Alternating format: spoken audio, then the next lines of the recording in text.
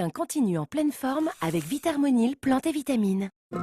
Télématin continue avec la Caisse d'épargne. You're just too marvelous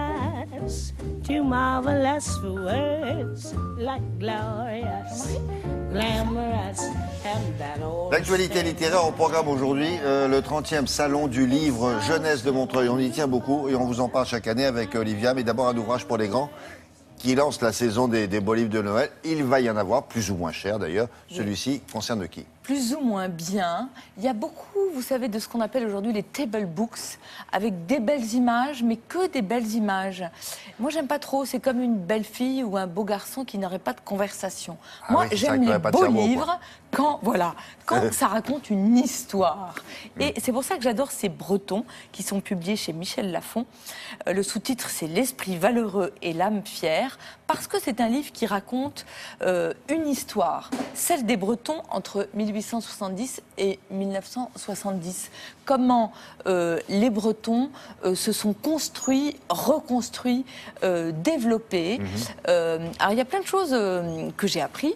Par exemple, que, alors que l'Europe, depuis des siècles, est en recomposition politique permanente, eh bien, la Bretagne a les mêmes frontières depuis le 9e siècle. C'est quand même 4,5 millions d'habitants dans les 5 départements. Et c'est un peuple qui s'est vraiment développé dans les épreuves, qui a montré toute sa valeur dans les épreuves.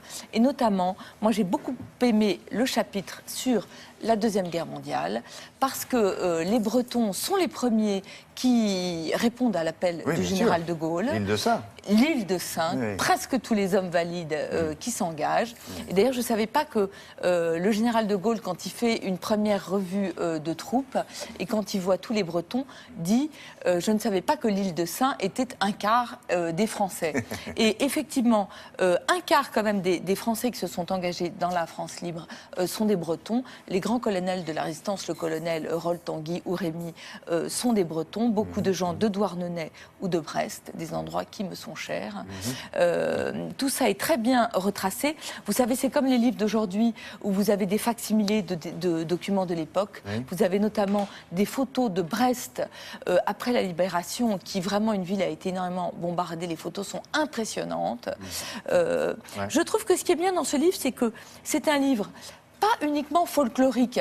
Bien sûr, il y a la carte des coiffes bretonnes, bien sûr, il y a des lits clos, bien sûr, il y a les petits glasiques qui sont ces vareuses, vous savez, en drap bleu marine, mais je trouve que c'est un livre qui est profond, qui m'a beaucoup touchée. Voilà. Michel Lafon. Oui, mais la Bretagne, il faut se souvenir, vous l'avez revu au cas où vous auriez oublié les contours, c'est quand même un pays qui est une presqu'île. C'est une presqu'île. Donc ce sont des gens qui sont ils se sentent comme ça, ils ont 3 murs sur la mer. Oui, c'est des gens qui ne sont pas comme tout le monde et c'est pour ça qu'on les aime. Alors, à part ça, le salon du livre de la jeunesse, alors, voilà, très bien. s'est ouvert à Montreuil hier. Vous pouvez y aller tout le week-end. Je crois même que ce soir, il y a une soirée gratuite. De toute façon, c'est gratuit pour les enfants. Et c'est vraiment un endroit génial parce que la création aujourd'hui, tout ce qui concerne l'édition pour les enfants, mais je ne peux pas vous dire, c'est génial. On trouve vraiment des livres exquis, des images extraordinaires. Tu as dû voir ça avec ton petit garçon. La question de l'année, le salon fête ses 30 ans, c'est est-ce que l'édition pour la jeunesse, la littérature pour la jeunesse est un art ? Mais la réponse est oui, évidemment. Je vous en donne 2 preuves à toute allure. Pour les enfants, vous avez Le Chevalier de ventre à terre de Gilles Bachelet, qui est un génie au seuil jeunesse. Le Chevalier de ventre à terre, c'est un escargot. Alors un matin, au premier son du coq, il est réveillé parce que le chevalier de Cornemolle a envahi son fraisier.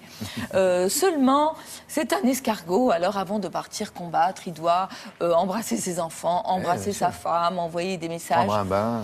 Prendre un bain. Les images sont géniales. Vous avez des petits drôle. Détails. Vous pouvez passer des heures avec vos enfants. Ils ont mis une chose nouvelle dans ces livres-là depuis une dizaine d'années, l'humour. C'est drôle. À la fin, souvent c'était un peu moraliste, mais là c'est marrant, quoi. c'est irrésistible. Et le livre de perles de Timothée de Fontbelle, qui est pour les ados, qui a reçu la pépite du livre ado, l'équivalent de nos prix Goncourt. Voilà. C'est un livre génial parce que c'est à la fois un roman d'aventure, une histoire d'amour, un conte poétique. Et c'est surtout un livre qui fait appel à l'imaginaire. Et aujourd'hui, nos enfants, ils sont immergés dans l'actu avec les tablettes, avec le téléphone. Et il faut leur rappeler ce que c'est que l'imaginaire. Et c'est pas seulement des petits bonhommes qui se battent dans des jeux vidéo. Ouais. C'est chez Gallimard Jeunesse. C'est extraordinaire ce livre, pour les adultes aussi. Il a eu un prix. Pépite du roman Pépite, ça d'ado. veut dire c'est number one. Exactement. D'accord. Bon, on va insister. Je me tourne vers Laura pour faire la promotion de cette littérature pour enfants et notamment pour ados. Ça, je te le donne pour ton petit Lisez. garçon, c'est extraordinaire. Jeunes gens qui à ce là sont en classe. Merci. Merci beaucoup. On termine sans musique parce qu'on n'a pas le temps. Un petit tour de l'actualité sur le net et pour commencer, Laurent, on nous offre un petit cadeau de Noël avant l'heure. Mais